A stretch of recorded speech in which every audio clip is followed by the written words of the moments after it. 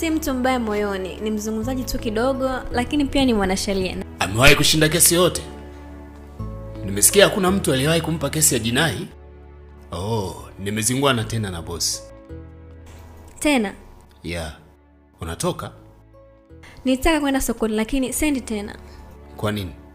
Sepa. Nini? Nenda bwana, nahitaji kuwa mwenyewe kwa muda.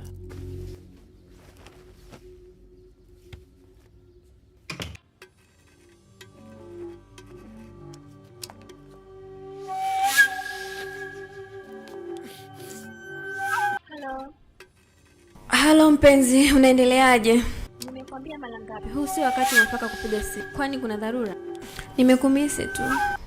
Sikujua dada yangu kama ungegeuka kuwa mgeni.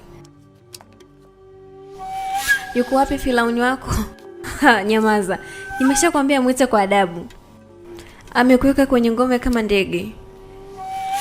Na cha ajabu dada yangu umeridhika tu.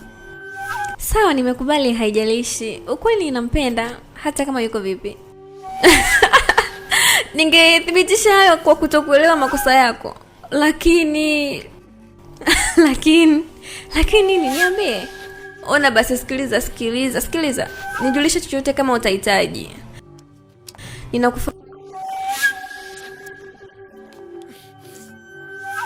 Sawa, ninakupenda. Nakupenda sana dada yangu. Ninakupenda pia. Huyu Faloni amefika kati yetu. Hata ruhusu tukutane.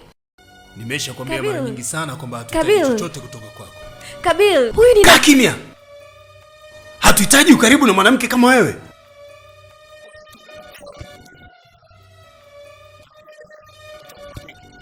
Umeelewa?